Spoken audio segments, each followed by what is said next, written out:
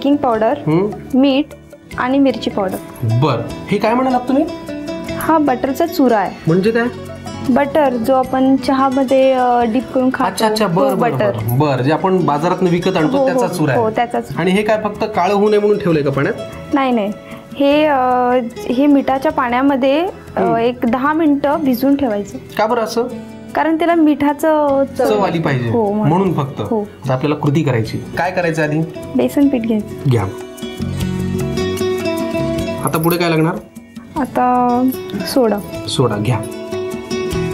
त्यानंतर baking powder, त्यानंतर लाल मिरची पावडर. बर. त्यानंतर मीठ. आता ह्याच्यामध्ये पाणी घालायचं. घ्या. त्याची पेस्ट तयार करायची. हो. पाणी लागेल अजून? नाही. इतकं त्याचा थिकनेस एवढा हवा? हो. बरं. दरम्यान आपण तिकडे तेल गरम करायला ठेवलेलं आहे. त्याच्यामध्ये आपल्याला ऑनियन रिंग्स तळायचे आहेत. हो. आता हे तयार झालेलं आहे. बॅटर आपलं तयार झालेलं आहे. ठीक आहे, मग ठेवून द्या बाजूला. पुढची कृती काय आपली? आता एका प्लेटमध्ये हा बटरचा चुरा काढून घ्यायचा. बरं. बघा अजून थोडं. बस पुरे? हो. ओके. आता हे भिजत ठेवलेले जे कांद्याचे काप आहेत ना, म्हणजे रिंग्स, ते एक एक घेऊन आधी बॅटर मध्ये घोळवायचे. बरं. पुरं. आता हे जे बटरचा चुरा केला ना, त्याच्यातही घोळून घ्यायचं. बरं. त्याला एक क्रिस्पीनेस येण्यासाठी. आणि व्हेरी गुड.